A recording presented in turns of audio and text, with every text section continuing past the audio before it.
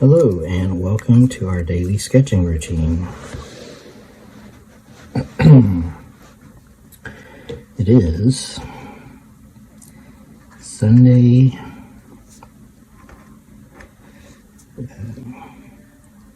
October 20th, 2024, and today's topic will be, I'll probably call it painting OC characters or something like that. And it'll be interesting because this is a new technique that I'm experimenting with. And so we'll see how it goes.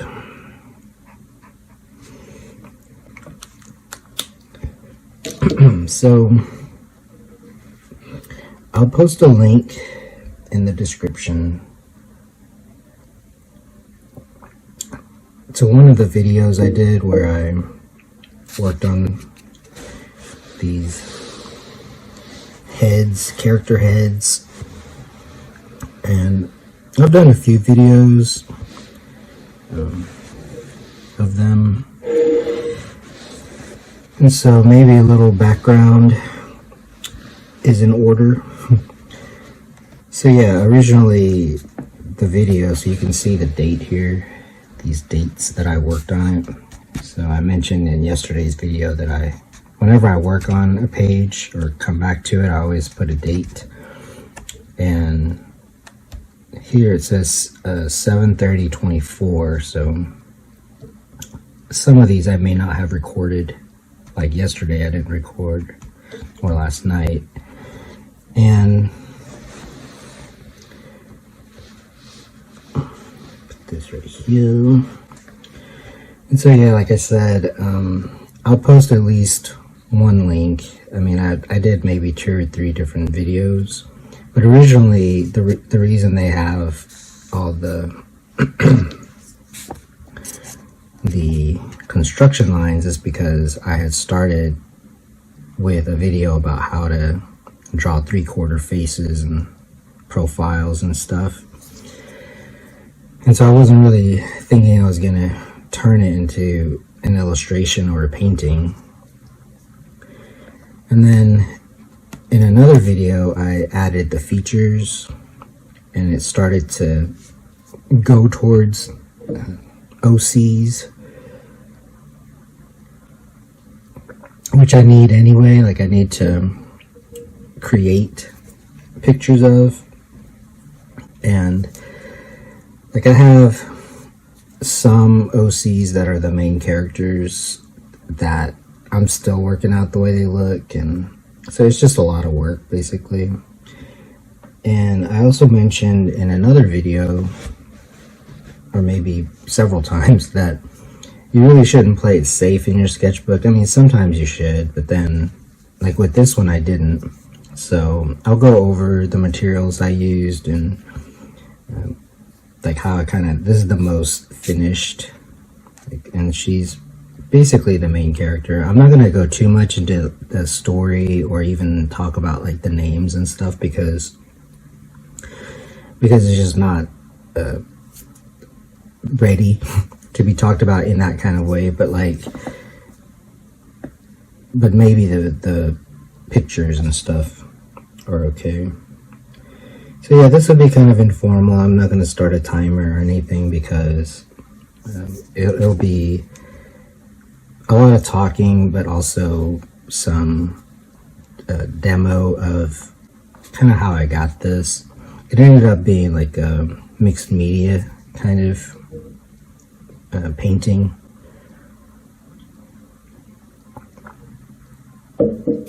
So yeah, originally started off as just how to construct the head, and then I just used a pen like usual. But then the more you detail it, so for example, I went in with like a Sharpie, and I I'll go over the tools. I mean, it's the usual, but the way I used it is unusual, even for me. And then as I start to detail it, then what happens is that the construction lines become more distracting to me.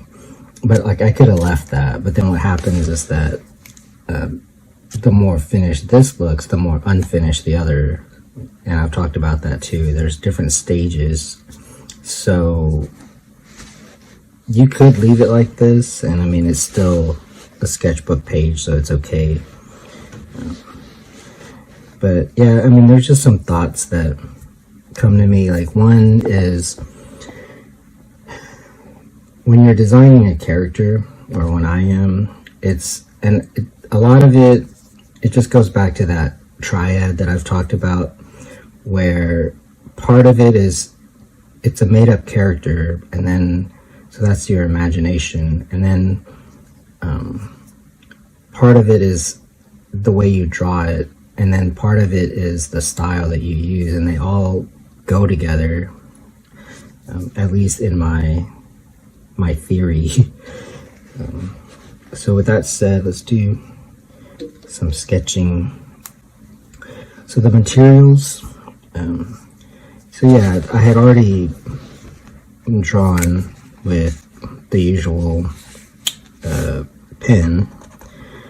So one thing about this is that even in the time that I've started to make these videos over the past few months, I've also learned to use this like better. So it's good to kind of go in and refine some things. And there's definitely a look to it. So it's not just a painting, and that's why I called it a mixed media. So there's a look to this pen. So there's that, and then yeah, then I decided, okay, well, let's play around with some colors. So that I use Sharpies, like I said. So it's the colored Sharpie, and I pushed the light away because I have to tilt the sketchbook a little bit, and also the glare from the different pens and stuff. So yeah, that's what this part is. It's just Sharpie. And so I just kind of used this beige color as like the the unifying color, just to put down like a tone. See that? So I kind of use this as the base. Again, this is an experiment. I've never actually painted in this way. I mean, I have, but not with these exact tools. So there was that. So it's kind of a mix of, you can sort of do that and then have a little bit of line work. Like it doesn't look too bad. But then, yeah, as you start to, well, with this part, this picture, this character, then you kind of have to get rid of the construction lines. Now, obviously, you don't have to. I would do it differently. This is definitely an experiment. Like, I wouldn't have the construction lines, but it's okay. That's what I mean about not playing it safe. I mean, just experiment and see what happens. I mean, I learned a lot. Still, in this video, I'm going to be learning. So yeah, so then I decided, okay, well, I'll just use, so the other thing are these Sharpie Creative markers. So I thought, well, what if I just got rid of the construction lines?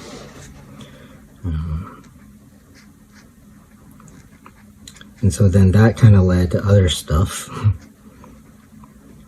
So it does help to get rid of the construction lines by using this.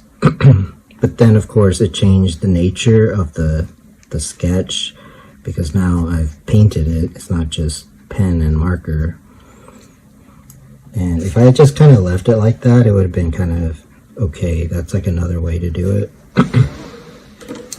So that was kind of what happened here. But then what happens is that since this is kind of a new experiment, the more you add stuff, the more, so for example, like even right here, you can see that you can either lay down you can actually use cross-hatching with the marker, and you can get value that way. But if you want to get rid of some of the construction line, you might go in with this. I'm a little bit better at it now because I had experimented right here, so I kind of know what to expect. Because part of it is making it look good with the different, so I basically kind of stuck with those 3 different types of pens. So that's one way you could have done it. And then the other thing is that the colors are kind of limited with these, so there was that to think about. I have more colors with these, but then the way they react is kind of interesting. You can kind of blend, but then you kind of reach a point where, like, once you put down that paint, that Sharpie paint thing, you pretty much have to cover that up. And with paint,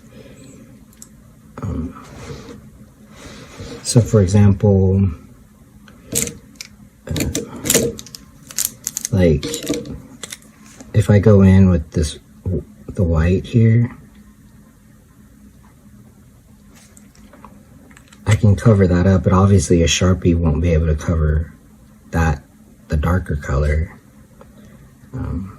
But then if you go in with white, you can kind of cover that up, sort of.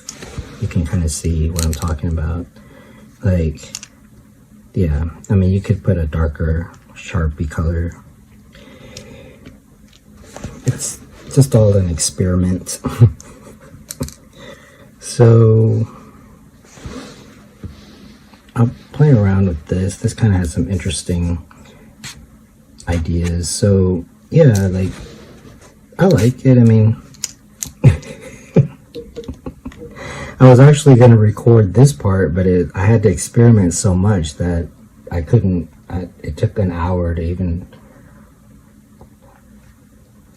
get something that I was okay with. And you can see that, I mean, there's like outliney stuff that I'm not a huge fan of, but it's okay because it does look like mixed media and it looks interesting. So yeah, it's kind of how it is. Now, I mean, I know how to color. I could have just kind of kept it safe and just kind of inked it and colored it in, but sometimes you have to experiment. Sometimes you have to, like, the character doesn't come to life until, it's almost as if what you put into it is what brings it to life. And if you play it safe and just kind of do what you always done or what everybody else is doing, it looks kind of boring and generic. But I mean, not always, but like sometimes. So for example, I don't really know what these characters look like. I mean, I have some characters and I've thought about them, but sometimes a good portrait is really the thing, like, you need. And I mean, I've done some of these characters, I've drawn them, but the more sort of different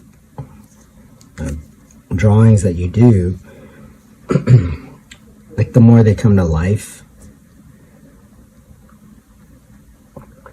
I mean, it takes creativity, it takes work, and there's not one exact way. And if you do kind of use the same old way, I mean, it'll look kind of generic, honestly. At least to me. Like, it doesn't come to life to me. But yeah, let's talk about, so I showed you a little bit of what you can do. I mean, again, I'm still experimenting, so that taught me something. So yeah, part of like why I was painting, because I had already thrown down some of that paint color.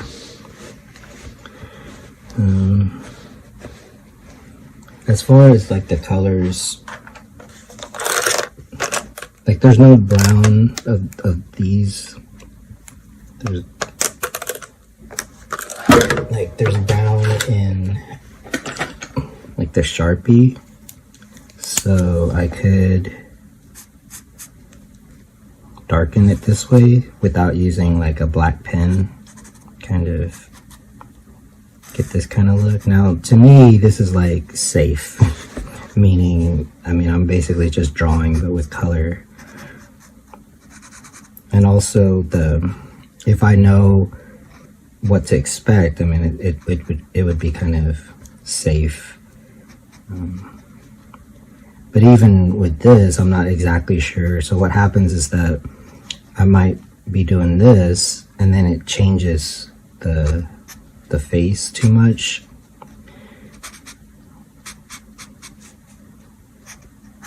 Or maybe it makes it like too dark or something. And then so I have to like do some other stuff. So it's still all kind of an experiment. But then the other thing is that that I can take it into a computer, and I'm still figuring that out, like how I want to do that.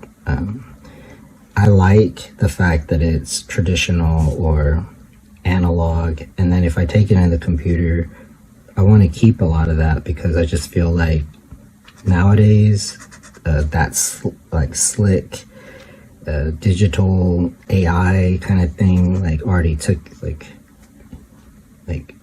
that the look of that. So you kind of have to keep that in mind. I mean, it's just part of the creative process. You have to think about your style, because that's just part of the interest of the character of your pictures. So yeah, like this is kind of what I consider sort of predictable for me, and again, there's nothing wrong with that. But then if I wanted to get rid of the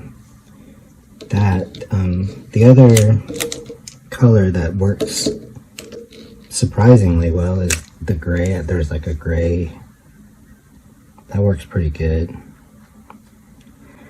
So I'll put this on here, and then I'll show you like that's not too bad, and then some of the other lines are okay, and then I'll show you kind of how to go over that. But you can use the gray to sort of do stuff like this right here, blend. But it's like a mix of things. Like one, it's a pen. So you have to kind of keep that in mind, that it's also pen and ink. Like for example, I had this, which I could have just kind of shaded that, but then I had to paint that, and so you kind of have to fix it basically. And then once you do this, then you kind of have to think, well, how do I want the other, like you see how like this looks different than this, which looks different than that, and then looks different than like the black and white one. So it's just some stuff to think about. And then on top of that, if they are OCs, then you kind of want to design them.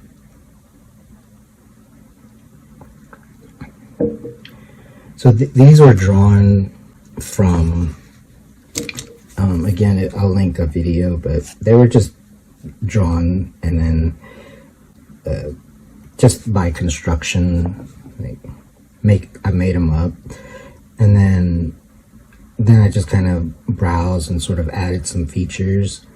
But then there's a difference between doing that, because you can do that. You can look at a photo and draw from a photo, but it doesn't make it look like a character. And so that kind of comes, that's sort of the imagination part and like the stylizing part. Now, if you do a character that's very like kind of anime or cartoon, as I call it, but I guess nowadays it's just anime. But if it's cartoony, then the character is more obvious, like that it's a character, like a cartoon character. But if you want to do it, like the more realistic you get, the less like a character it looks, and it looks more like a portrait of a person or something. So like so my style is kind of playing around with that. Like it's not cartoony, but it doesn't look like an exact person, but like sort of inspired by. But anyway, like on something like this, like you can't really, obviously like with a Sharpie, you can't really go lighter, but I'm just curious about what if I use like something like this. You can see that it didn't make it lighter, but it kind of blended it. So again, it's an experiment. So now that I know that it does that, there's also like the felt tip where it's gray, so you can kind of do that. And this also works, so you can kind of use this to blend, but like this is also part of the character. Like this wouldn't necessarily work on like, it depends on the skin tone, basically. So yeah, it's just like an experiment.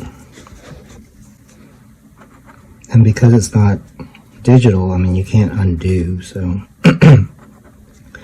But then when you get to, if I were to take this into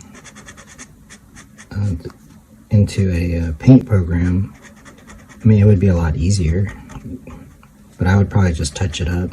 So I'm just using this gray to kind of shade.